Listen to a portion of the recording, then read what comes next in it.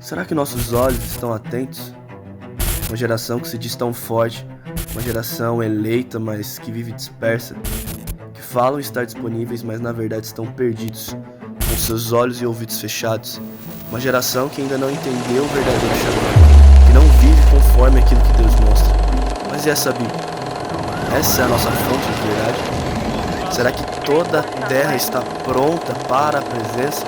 E se houvessem jovens que se posicionassem, dizendo: nós vamos orar, nós vamos acreditar, nós vamos buscar.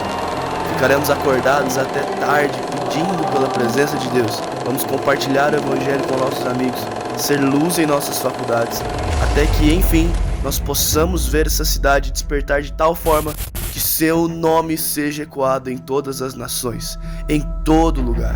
Jesus, queremos sua presença. Seu nome, sua fama e a sua presença são os desejos de nossas almas.